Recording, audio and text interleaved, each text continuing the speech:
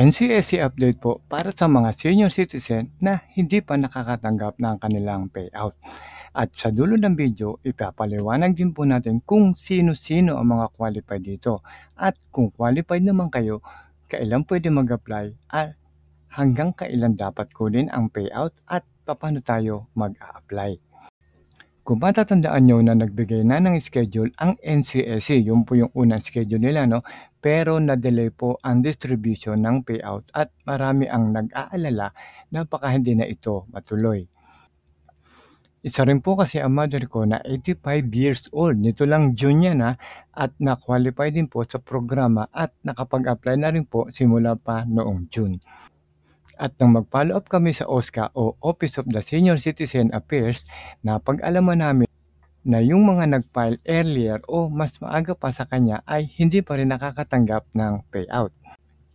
Ibig sabihin, mula pa noong third quarter noong isang taon hanggang sa September ngayong taon na to, ay na-delay na ang kanilang payout. So ano ba ang anunsyo ng NCSC tungkol dito? Ngayon, inanunsyo na ng NCSC o National Commission of Senior Citizen ang pagbibigay ng payout para sa mga qualified na seniors. So, ito na po yung announcement ng NCSC.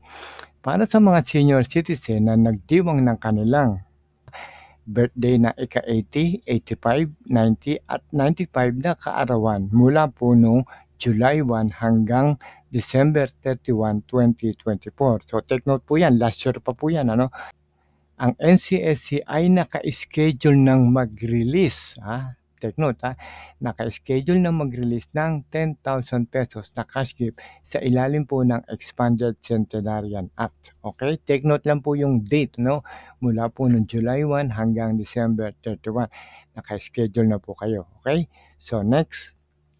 So para naman sa mga claimants mula ngayon January 2025 hanggang September 2025, yan po yung taon na to, tuloy-tuloy na po ang pagpoproseso ng komisyon ng inyong cash gift ngayong Agosto hanggang Setyembre.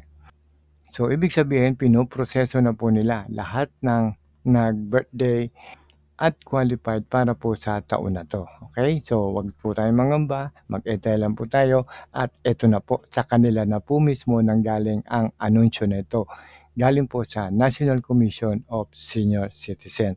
Kaya magsaya na po tayo dahil ito na. So, nakatakda nang i-release ng NCSC ang 10,000 cash gift sa ilalim ng Expanded Centenarian Act o RA 11982.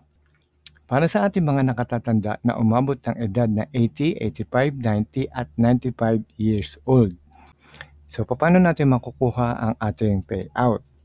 Kung kayo ay nakapag-apply na, makipag-ugnayan lang po sa inyong OSCA office para sa distribution ng payout. Dahil sila po ang nag-schedule niyan, So, ano ba ang qualification para mapasali sa payout? Ito po ay kung sakaling hindi pa kayo nakapag-apply at tingin nyo kayo ay qualified, pwede pa po kayong humabol, okay? So mamaya-maya ituturo ko rin sa inyo ang mga kondisyon. Dapat kayo po ay saktong 80, 85, 90 at 95 years old at hindi po kasali ang mga in-between. So, ibig sabihin, kung ikaw ay 81 hanggang 84 years old sa ngayon, ay di pa po kayo kasama.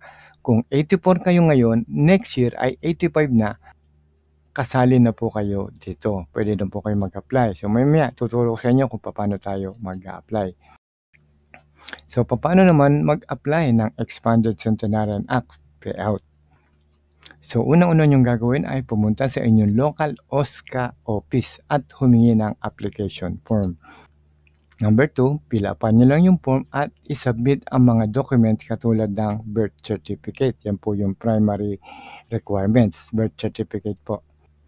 So, pangatlo, isubmit din sa OSCA ang application form at sila po ang magpa-process. Sila po ang magpo-forward sa NCSC at sa kanila nyo rin po kukunin ang payout. So, may iba pa ba kayong matatanggap bukod sa NCSC o another payout? Yes po, meron po. Depende po yan sa inyong LGU o Local Government Unit, kaya tanungin nyo din po ang inyong mga LGU sa inyong lugar. Katulad po ng LGU sa Pasig, may incentive din po na 15,000. Imagine niyo po mas malaki pa ang binigay ng Pasig kaysa ng NCSC para sa mga qualified na seniors na nag-apply sa NCSC. So parehong proseso rin po, parehong application at magkaiba lang po ang source ng fund o kung saan manggagaling. Ibig sabihin, bukod sa 10K na ibinigay ng NCSC, may karagdagang 15,000 ang ibinibigay naman ng LGU sa Pasig. So, ang ibig sabihin yan, ang matatanggap nyo ay 10,000 mula sa NCSC, 15,000 mula sa Pasig City. Kaya total na matatanggap nyo ay 25,000. Kaya tanungin nyo po ang LGU nyo, baka meron din po silang ganyang programa. So, mga mahalagang paalala po, kung kayo ay qualified, mag-apply ng 4 to 6 months bago ang inyong birthday o milestone age upang masiguro ang maagang pagpoproseso. Okay? So, pwede na po tayong mag-apply ng mas maaga kung sakaling kayo ay qualified. Ang mga hindi na-claim, ito importante rin po ito, kaya siguraduhin nyo po na matanggap nyo ang inyong cash gift mula sa NCSC. Ang mga hindi na-claim na cash gift na lagpas ng 1 taon, so hanggang 1 year lang po yan, ay ibabalik sa Bureau of Treasury. Para sa agarang kasagutan at tamang impormasyon, makipag-ugnayan lang po tayo sa tanggapan mismo ng NCSC sa pamamagitan ng andyan po ang kanilang mga numbers. Pwede nyo po silang tawagan o pwede nyo rin po silang i-email o mag-send kayo ng email sa kanila. So, kung sakaling hindi nyo pa alam ang proseso at kayo ay qualified dito, andito po ang QR code, pwede nyo i-scan anytime at para malaman nyo ang proseso at mga listahan ng mga requirements. Okay? O kaya, kung hindi nyo yung ma-scan, yung pong link na nasa ilalim, ibibigay ko rin po ang link sa description para i-click nyo na lang at kukopyahin nyo na lang. So hanggang dito na lamang at sana ay nakatulong po muli kami sa inyo. Huwag nyo lang po kakalimutan na mag-like, comment at share nyo na rin ang magandang balita na to. At maraming salamat po at huwag nyo lang kalimutan mag-subscribe sa ating channel.